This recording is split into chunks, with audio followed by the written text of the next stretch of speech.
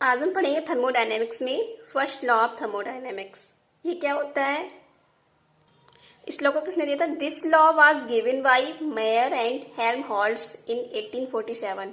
इस लॉ को mayor and Helmholtz ने 1847 सन में दिया था। इसके अकॉर्डिंग क्या होता है? The energy of an isolated system remains constant. जो आइसोलेटेड सिस्टम होता है उसकी जो एनर्जी होती है वो क्या होती है? कांस्टेंट होती है। कांस्टेंट होती है, फिर रहती है। All through it may be change one form to other form. एक भी है जो एनर्जी होती है वो एक फॉर्म से दूसरी फॉर्म में चेंज हो जाती है, बट जो एनर्जी होती है वो क्या होती है? कांस्टेंट रहती है। आइसोलेटेड सिस्टम का मीन्स क्या होता है कि वह सिस्टम जो एनर्जी को ना तो गिवन करे, ना ही गिवन करे किसी को, ना ही वो रिसीव करे, उस सिस्टम को हम क्या कहेंगे? आइसोलेटेड सिस्टम कहेंगे। तो इसकी डेफिनेशन फिर से देख लीजिए।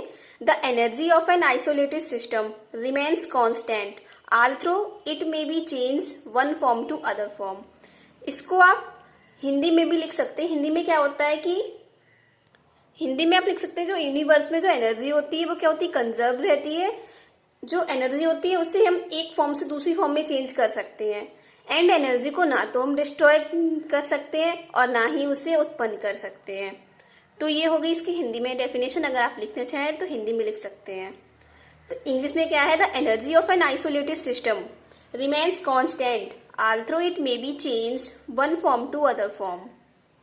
आइसोलेटेड सिस्टम का मीन्स आप समझ गए होंगे कि वह सिस्टम जो कि ना तो एनर्जी को रिसीव करे एंड ना ही एनर्जी को किसी को दे, उस सिस्टम को क्या कहेंगे? Isolated system.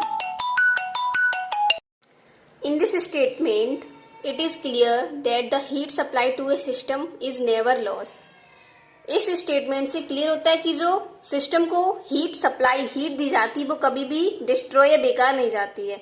बट लेकिन it is partially use to increase the internal energy. लेकिन इसका यूज हम कुछ जो गैस है उसकी इंटरनल एनर्जी को इंक्रीज करने में, बढ़ाने में यूज कर लेते हैं। And partially use in during work by system, और कुछ सिस्टम के द्वारा वर्क, कार्य करने में यूज कर लेते हैं। हीट जो होती है वो डिस्ट्रॉय नहीं होती है। तो जो हीट ऑब्जर्व होती है वो कितनी होती है? Heat observe is equal increased the internal energy plus work done by system. जो इंटरनल एनर्जी को इंक्रीज हुई है और work done by system, system के द्वारा किए गए वर्क के इक्वल होती है क्या? Heat observe. जितनी वो हीट ऑब्जर्व करती है वो इसके इक्वल के बराबर होती है।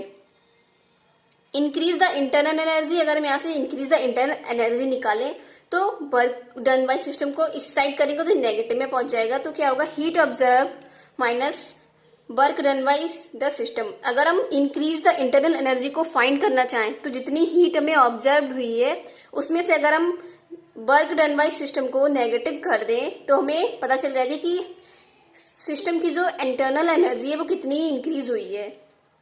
Thus if A system observed heat Q, यदि एक system Q energy, Q heat को ऑब्जर्व करता है and increase the internal energy changes delta E, और इंटरनल एनर्जी में जो चेंजेस है वो डेल्टा ई इंक्रीज होता है, and the system loss work, system does work W, और जो सिस्टम है वो डब्ल्यू वर्क करता है ऑन इट, इसके सराउंडिंग पर, ऑन इट सराउंडिंग पर, then mathematical the first law of thermodynamic में बी एक्सप्लेन एज। तो जो फर्स्ट लॉ ऑफ थर्मोडायनेमिकल है मैथमेटिकल के रूप में इस प्रकार से किया जा सकता है। E2 minus E1 is equal Q minus W. E2 minus E1 क्या है? इंटरनल एनर्जी में चेंजेस, एंड Q क्या है? आपकी हीट, और W क्या है? आपका वर्क। तो इसको हम किसके अकॉर्डिंग लिखते हैं? यहाँ पे देखिए, increase the internal energy is equal heat observe minus work done by system. तो इंक्रीज द इंटरनल एनर्जी में कितनी इंक्रीज हुई थी? डेल्टा ई चेंजेस हुआ है, तो डेल्टा ई, इसको हम क्या लिख सकते हैं? डेल्टा ई, और Q हमारे यहाँ पे हीट है एंड W यहाँ पे वर्क है। तो where Q is heat, delta E is change in internal energy and W work done on system. तो the first law of thermodynamics can be expressed dq is equal del E plus dW। ये D यहाँ पे small amount के लिए लिया गया है, where dq is equal small amount of heat observed and dE is equal small energy, जो energy small increase हुई है इंटरनल एनर्जी वो है, and dW is equal small amount of internal work done. तो यहाँ पे जो मैथमेटिकल फॉर्म है फर्स्ट लॉ की वो क्या है, dQ is equal dE plus dW। This is the first law of thermodynamics. अब इससे हम क्या देखेंगे, फॉर एन आइडियाबैटिक सिस्टम के लिए देखेंगे। तो चलो देखते हैं। For an adiabatic condition, adiabatic condition के लिए क्या होगा, where no heat is given to the surrounding and no heat is taken from the surrounding.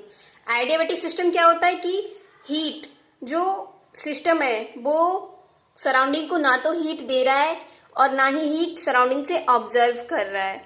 इस सिस्टम को क्या कहते हैं, आइडियाबैटिक सिस्टम कहते हैं। तो यहाँ पे dQ इज इक्वल क्या हो जाएगा, क्योंकि हीट का कोई चेंजेस ही नहीं हो रहा है, ना तो हीट वो बाहर से ले रहा है और ना ही सिस्टम के बाहर हीट ले रहा है ना ही दे रहा है। तो यहाँ पे dQ इज इक्वल क्या होगा, 0 होगा। Putting the value of dQ in above equation, जो इक्वेशन हमने निकाली थी थर्मोडायनेमिक्स की उसमें dQ इज इक्वल अगर हम पुट करेंगे यहाँ पे तो dQ इज इक्वल 0 हो जाएगा, is equal dE plus dW। तो dW को इधर पहुंचाएंगे तो dE is equal minus dW आ जाएगा। तो इसी को हम, ये कंडीशन किसके लिए आ गई आपकी, फॉर एन आइडियाबैटिक कंडीशन के लिए। तो ये था आपका फर्स्ट लॉ ऑफ थर्मोडायनेमिक्स।